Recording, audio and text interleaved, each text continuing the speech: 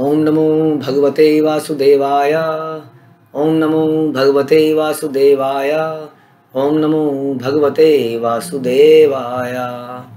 श्रीमद् भागवतम दूसरा कैंटो 9वां अध्याय 36वां श्लोक। ये आखिरी श्लोक है चतुर्श्लोकी भागवतम का, जो भगवान ने ब्रह्मा जी को सुनाई और एक तरह से इन 4 श्लोकों में सारा ज्ञान को पिरो दिया, जिसको बाद में डिटेलिंग करी गई।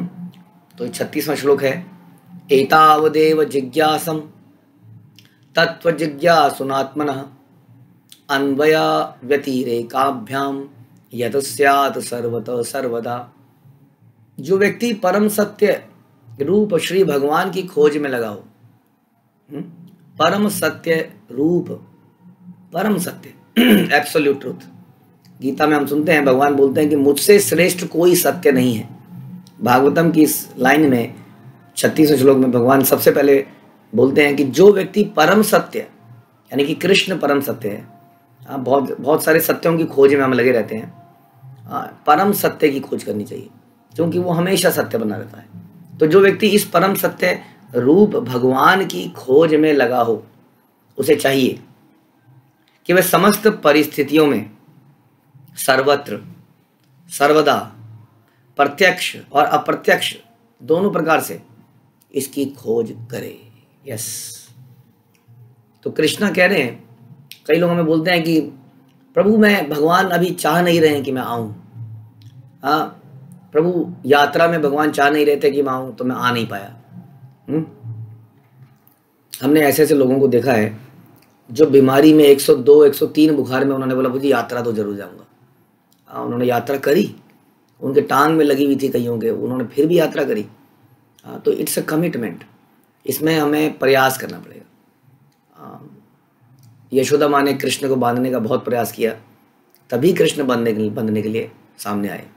कृष्ण हमारे प्रयास को देखना चाहते हैं कि कितनी व्याकुलता है भगवान को प्राप्त करने के लिए, कितनी व्याकुल, कोई व्यक्ति कितना व्याकुल है। इसलिए श्रील प्रभुपाद हमें बोलते थे कि chant like a baby is crying for his mother for the milk, कि हमें ऐसे चैंट करना चाहिए लाइक अ बेबी, जैसे एक बच्चा अपनी माँ के लिए रोता है।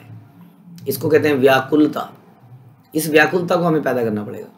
जितनी ज़्यादा व्याकुलता होगी उतना ही शीघ्रता से भगवान हमारे समक्ष प्रकट होंगे और हमें भगवान का दिव्य प्यार मिलेगा।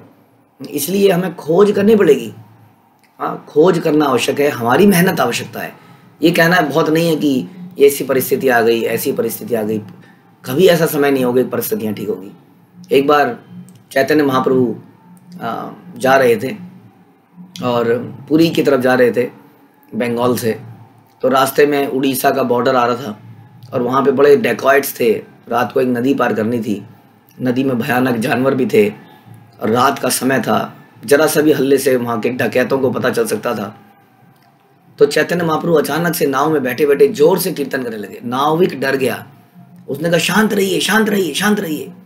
जरा सा भी हल्ला हुआ तो वहाँ से मगरमच्छ आ सकता है, वहाँ पे डाकू आ सकते हैं, हमारी सबकी जान खतरे में हो सकती है। लेकिन चैतन्य महाप्रभु का कोई जीवन में कभी ऐसा समय नहीं आएगा कि सब कुछ सुरक्षित होगा। अगर हम ये सोचेंगे कि सब कुछ वेल सेटल्ड होगा तभी हम भक्ति करेंगे, तो माफ़ कीजिएगा, ऐसा समय कभी नहीं आएगा। हमने अपने जीवन में, मैंने अपने जीवन में पर्सनली देखा, हर दिन जीवन में एक नई समस्या सामने खड़ी रहती है, हर दिन। अगर हम ये सोच के कि जब सारी समस्याएं समाप्त होंगी तभी हम भक्ति करेंगे, तो हम कभी भक्ति नहीं कर पाएंगे। इसलिए चैतन्य महाप्रभु जोर जोर से कीर्तन शुरू किया और जोर से शुरू किया और सारे भक्तों ने भी जोर से शुरू किया। तो इसलिए हमें प्रयास करना पड़ेगा, हमें खोजना पड़ेगा। बिना खोजे भगवान नहीं मिलेंगे, ध्यान रखिए। हमें प्रयास करना पड़ेगा। जैसे कि कई बार हम एग्जाम्पल देते हैं, कई लोग कहते हैं आजकल के गुरुओं का क्या भरोसा, सारे ढोंगी है।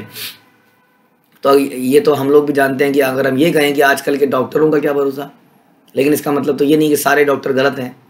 अगर आपको एक डॉक्टर गलत मिला, दूसरा डॉक्टर गलत मिला, फिर भी आप किसी डॉक्टर को ढूंढते ही हैं अल्टीमेटली अपना इलाज करने के लिए, और कोई ना कोई डॉक्टर आपको भाता ही है, अल्टीमेटली आपका इलाज करता ही है।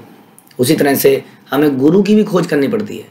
कौन सा गुरु है, ये नहीं कि जो गुरु हमें मिल गए। बचपन में हम जब लंगोटी पहनते थे तब हमारी दीक्षा, कई लोग कहते हैं प्रभु जी बचपन में ही मेरी दीक्षा हो गई थी। अरे दीक्षा कैसे हो गई? क्या आपने गुरु के प्रति शरणागत करी? तब जब आप जानते ही नहीं थे कि गुरु है कौन, तब आपकी दीक्षा करा दी गई। कितनी अजीब सी बात है। बिना नॉलेज के, बिना किसी समर्पण पे, बिना किसी ज्ञान के गुरु होता है जो हमें आध्यात्मिक ज्ञान देता है। क्या ज्ञान मिला हमें, क्या हमने शरणागति करी, क्या वो गुरु 4 परंपराओं में वैलिड था? तो कहने का मतलब है हमें गुरु की खोज करनी पड़ती है। हम देखते हैं कौन गुरु हो सकता है शास्त्रों के अनुसार से, कौन नहीं हो सकता है, क्या उसके प्रमाणिक गुण होने चाहिए शास्त्रों के हिसाब से, और तब हम गुरु की खोज करते हैं। और गुरु हमें भगवान की खोज करने में मदद करते हैं। लेकिन क्या गुरु यदि आपको दीक्षा दे दे तो आपको भगवान की प्राप्ति हो जाती है? बिल्कुल नहीं होती। गुरु का काम है आपको भगवान की तरफ ले जाने के लिए डायरेक्शन देना, लेकिन भगवान की तरफ जाने की मेहनत किसको करनी पड़ेगी? वो मेहनत हम सबको खुद की करनी पड़ेगी। कभी ऐसा नहीं होगा कि गुरु जी हमें गोदी में उठा के भगवान की गोदी में रख देंगे। ऐसा व्यक्ति को भगवान कभी स्वीकार नहीं करेंगे, क्योंकि व्याकुलता नहीं है, हैंकरिंग नहीं है कृष्ण को प्राप्त करने की, लौल्यम नहीं है, लालच नहीं है कृष्ण को प्राप्त करने का। तो ये प्राप्त करना पड़ेगा। इसको प्राप्त करने के लिए गुरु हमेशा हमारी मदद जरूर करेंगे, लेकिन हमें प्रयास करना पड़ेगा। कितना प्रयास करना पड़ेगा? अथक प्रयास करना पड़ेगा। इस संसार में जीने के लिए हम कितना प्रयास कर रहे हैं? अपनी रोटी कपड़ा मकान को प्राप्त करने के लिए हम कितना प्रयास कर रहे हैं? क्या उस मात्रा में हम भगवान को प्राप्त करने के लिए प्रयास कर रहे हैं? अभी भी हम अगर पूरी जीवनी देखें, दिन के 24 घंटे में से माना हम 2 घंटे निकाल लेते हैं भगवान के, लेकिन बाकी 22 घंटे तो हम कुछ और ही करते हैं। सोचने का विषय है। तो जीवन में जो परम सत्य है, जो बता रहे हैं बार बार परम सत्य, उसको खोजने के लिए अभी भी हम कम समय नहीं दे रहे हैं। इसलिए देयर इज नो एंड कि कितनी भक्ति करी जाए, आखिर कितना समय दिया जाए, इसकी कोई लिमिट नहीं है। इसके लिए हमें कुशल मार्गदर्शन की आवश्यकता है, ताकि हम अपने जो भी सो कॉल्ड बॉडीली कुछ कर्तव्य हैं उनको निभाते हुए, क्योंकि क्या होता है कि इनमेच्योरिटी से अगर रिनंसिएशन ले लिया जाए, त्याग कर ले, संन्यास ले लिया जाए, तो कुछ फ़ायदा नहीं है उसका। इसलिए बड़ी समझदारी से गुरु परंपरा के निर्देशनों के अनुसार एक गृहस्थ भक्त भी भगवान को प्राप्त कर सकता है, लेकिन उसके लिए उसको प्रयास करना पड़ेगा। हम बता रहे हैं कि उसको खोज करनी पड़ेगी। सर्वदा सर्वत्र हर परिस्थिति में लिखा है, समस्त परिस्थितियों में ये खोज बंद नहीं हो सकती। चाहे 105 बुखार हो, चाहे हम आईसीयू के अंदर हैं, चाहे हम घर में किसी पार्टी में हैं, हर परिस्थिति में यहाँ पे लिखा है हमें करना ही पड़ेगा। ऐसा यहाँ पे लिखा है। बहुत ही डिटेल्ड तात्पर्य प्रपात लिखते हैं इसके ऊपर कि भक्ति योग के रहस्य को जान लेना ही जिज्ञासा के लिए समस्त जिज्ञासाओं की परम अवस्था, परम लक्ष्य है। तो इस श्लोक में प्रभुपाद बता रहे हैं कि विशेष रूप से जीवन के लक्ष्य को बताया गया है। जो भी हम कर रहे हैं उसके लक्ष्य को बताया है। चाहे हम कर्म योग कर रहे हैं, चाहे हम ध्यान योग कर रहे हैं, चाहे हम ज्ञान योग कर रहे हैं, चाहे हम भक्ति योग कर रहे हैं, द अल्टीमेट पर्पज इज कि हम उस श्री भगवान को खोजें। इन बताई गई विधियों से खोजें और खोज कर हम अल्टीमेटली भक्ति योग पर पहुंचेंगे। क्योंकि पहले भी बताया गया कि बहुनाम जन्म नाम अंते ज्ञानवान माम प्रपद्यन्ते। बहुत जन्मों के प्रयास के बाद ज्ञानी व्यक्ति इस निष्कर्ष पर निकलते हैं कि वासुदेवम सर्वमिति सह महात्मा सुदुर्लभ। तो इस निष्कर्ष पे पहुंचेंगे, अवश्य पहुंचेंगे। हम लोग भी जो आज भक्ति कर पा रहे हैं, वो ऐसा नहीं है कि अभी हमने भक्ति शुरू करी। इससे पहले हमने अलग अलग जगह न जाने कहाँ कैसा प्रयास किया ही होगा, और फिर हमें वो गुरु परंपरा मिली जिसके माध्यम से अब हम परम सत्य की तरफ बढ़ रहे हैं। तो जीवन का लक्ष्य, किसी भी कार्य का अंतिम लक्ष्य यहाँ बताया जा रहा है कि उस भगवान की खोज, और अल्टीमेटली उनको प्राप्त करना, उनको प्रेम करना, उनकी सेवा करना, ये बता रहे हैं। वेदांत सूत्र दर्शन जीवन विषय किसी जिज्ञासा से प्रारंभ होता है। तो वेदांत सूत्र का जो पहला श्लोक है उसमें लिखा गया कि अथा तो ब्रह्म जिज्ञासा, कि हमें जिज्ञासा करनी चाहिए। लेकिन कौन सी जिज्ञासा करनी चाहिए? बचपन में कई चुटकुले सुनाते थे। एक चुटकुला सीरीज थी जिज्ञासु बालक। घटिया जिज्ञासा और घटिया जिज्ञासाओं के घटिया आंसर सुन के सब लोग हंस रहे हैं, मजे ले रहे हैं। ऐसी बहुत सारी जिज्ञासाएं होती हैं। मेल फीमेल के बारे में जानना चाहते हैं, फीमेल मेल्स के बारे में जानना चाहती हैं। बहुत सारी जिज्ञासाएं हैं। ऐसा कैसे, ये कैसे होता है, वो कैसे होता है, पैसा कैसे कमाया जाए, जिज्ञासा है। कैसे बड़ा आदमी बना जाए, जिज्ञासा है। कैसे फेमस हुआ जाए, जिज्ञासा है। लेकिन अथा तो ब्रह्म जिज्ञासा, हमें ब्रह्म की जिज्ञासा करनी चाहिए। क्योंकि धर्मो हितेशो अधिको विशेषा, धर्म यही जिज्ञासा है जो एक विशेषता है मनुष्य में, जो कि जानवर ये जिज्ञासा नहीं कर सकता है। जानवर जिज्ञासा कर सकता है कहाँ मिलेगा अच्छा खाना, कहाँ मिलेगा बढ़िया खाना, बहुत बढ़िया जिज्ञासा कर सकता है, केवल सूंघ के कर लेता है। चील इतनी मील दूर से नीचे जमीन पे कोई चूहा चल रहा है, कौवा देख लेता ऊपर से कोई चूहा मरा पड़ा है, इतनी ऊपर से आएगा, उड़ता उड़ता उड़ता एकदम लपक मार के ले जाएगा। सो उनकी जिज्ञासा इन विषयों में हमसे ज़्यादा है, लेकिन हमारी जिज्ञासा होनी चाहिए ब्रह्म जिज्ञासा, जहाँ से वेदांत सूत्र शुरू होता है।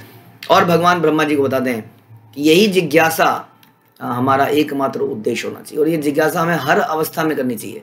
Not in good times, king of good times, not king of good times, king of every time. हाँ, मतलब दिस ये जो हम सीख करते हैं नॉलेज को, ये जो हम खोज कर रहे हैं, जो हम प्रयास कर रहे हैं, मेहनत कर रहे हैं, ये हर परिस्थिति में करनी है, क्योंकि परिस्थितियाँ तो हमेशा बदलती रहेंगी, बल्कि कई बार हमारी टेस्टिंग करी जाएगी, क्या ये वास्तव में सीरियस है।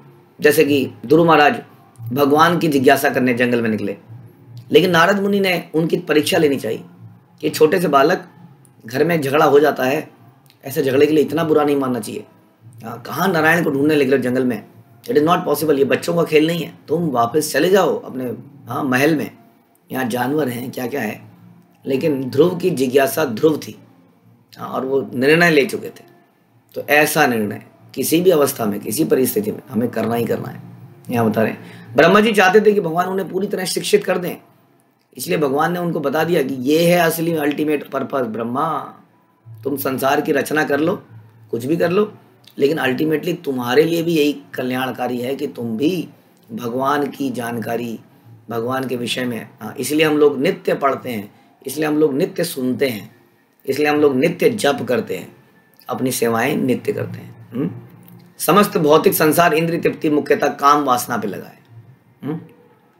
बहुत सारी इंद्रिय तृप्ति व्यक्ति कर रहा है, लेकिन इसमें मुख्य कौन सी है? Attraction towards the opposite sex.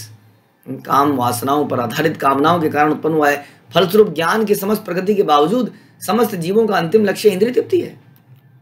इतना ज्ञान होने के बाद भी ज्ञान किस चीज़ का हो रहा है? हाउ टू एंजॉय, कैसे खाया जाए, कैसे फोक से खाया जाए बड़े तरीके से, कैसे चाइनीज स्टाइल में नूडल्स को खाया जाए, स्टिक्स के थ्रू कैसे खाया जाए, कैसे यहाँ पे प्रॉपरली क्लॉथ लगा के खाया जाए, कैसे बहुत ही सोफिस्टिकेटेड तरीके से कैसे सोया जाए, कैसे टॉयलेट किया जाए। आजकल आप कई टॉयलेट में घुस जाएंगे तो आप तो टॉयलेट ही नहीं कर पाएंगे, क्योंकि पता नहीं कहाँ से सीट खड़ी हो जाएगी, कहाँ से पानी निकलने लगेगा। आप यहाँ से चलाओगे, नल खोलोगे, ऊपर से शावर निकल जाएगा, आपको गीला कर देगा। बताइए, आप किसी बाथरूम में घुसे हाथ धोने के लिए, आपने नल खोला, ऊपर से शावर आ गया, पूरे भीग गया, बाहर क्या मुंह लेके जाओगे? बाथरूम से बाहर निकलोगे तो सारी शर्ट गीली। It is very difficult. तो मतलब कि हमने इतनी खोज कर दी है, इतना कॉम्प्लिकेटेड, लेकिन वो किस चीज़ में कर दिया है? इंद्रिय तृप्ति में बहुत खोज कर डाली है। लेकिन इस श्लोक में तो भगवान कुछ और ही बता रहे हैं कि हमें निरंतर उस परम सत्य की खोज करनी चाहिए। तो यहाँ पर इस श्लोक में वास्तविक जीवन का लक्ष्य बताया गया है, जैसे भक्तियों के ज्ञान में दक्ष प्रमाणिक गुरु या जीवित भागवत जीवन के जीवंत पुरुष समक्ष जिज्ञासा करके जगाना चाहिए, जाना चाहिए। यहाँ बता रहे हैं कि ये जानना कैसे चाहिए, प्रभुपाद बता रहे हैं कैसे जानना चाहिए। भक्ति योग में दक्ष प्रमाणिक गुरु, ऐसा व्यक्ति जो इस ज्ञान के आधार पर जीवन जी रहा है। जीवित भागवत, जीवित भागवत, देखिए प्रभुपाद बहुत साफ लिख रहे हैं। कई लोग कहते हैं कि प्रभुपाद तो चले गए, प्रभुपाद तो चले गए, आप तो उनके ग्रंथी हैं। यहाँ प्रभुपाद खुद ही लिख रहे हैं कि जीवित भागवत जीवन के जीवंत पुरुष समक्ष जिज्ञासा करने जाना चाहिए। We should go to a person. ऐसा नहीं है, प्रभुपाद ने बहुत सारे शिष्य बनाए, अपने शुद्ध शिष्य बनाए, और उन शुद्ध शिष्यों ने आगे शिष्य बना रहे हैं, आगे शिष्य बनते जा रहे हैं। ऐसा नहीं है कि प्रभुपाद पे परंपरा समाप्त हो गई थी, ऐसा बिल्कुल नहीं है। इतना महान गुरु, जगत गुरु, क्या एक भी अच्छा शुद्ध भक्त नहीं बना पाया?